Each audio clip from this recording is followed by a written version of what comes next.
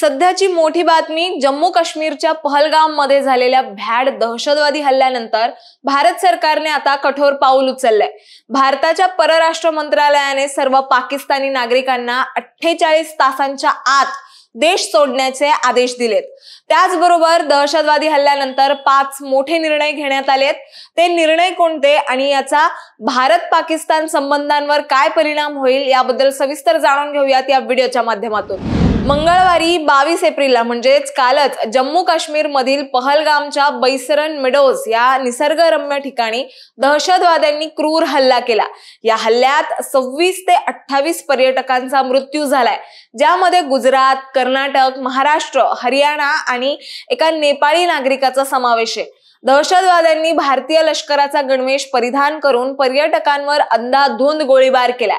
हा हल्ला इतका भयंकर होता की गेल्या 2 दशकातला हा सर्वात मोठा दहशतवादी हल्ला मानला जातोय। लष्कर-ए-तैयबाशी संबंधित TRF या दहशतवादी संघटनेने या हल्ल्याची जबाबदारी स्वीकारली आहे। या हल्ल्याने संपूर्ण देशाला हादरवून सोडलंय।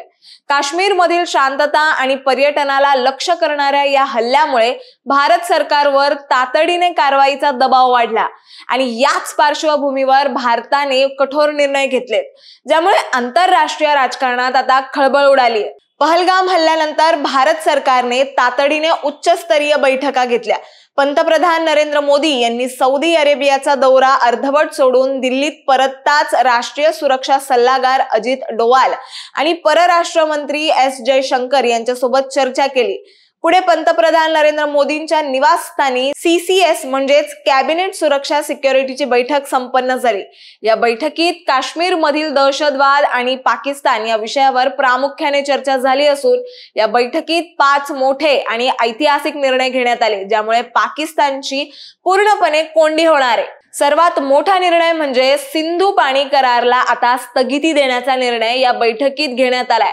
1960 मध्ये झालेला हा करार आता तात्पुरता स्थगित करण्यात आलाय। यामुळे पाकिस्तानला मिळणाऱ्या थेट पाण्याच्या प्रवाहावर मोठा परिणाम होईल।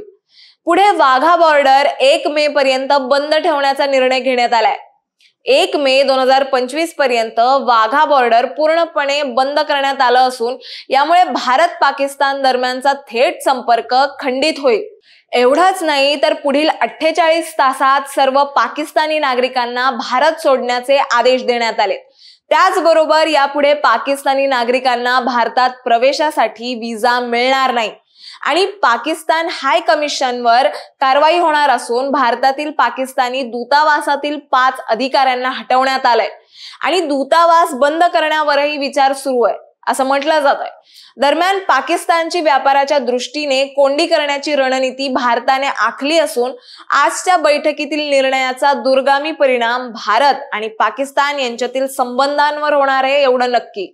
शेवटी काय तर पहलगाम हल्ला हा केवळ भारताच्या सुरक्षेलाच आव्हान नव्हतं, तर तो आपल्या एकतेला आणि संयमाला आव्हान होतं। भारताने या हल्ल्याला प्रत्युत्तर म्हणून जे पावलं उचलली आहेत ती दाखवतात की आता भारत दहशतवादाला कोणत्याही परिस्थितीत खपवून घेणार नाही।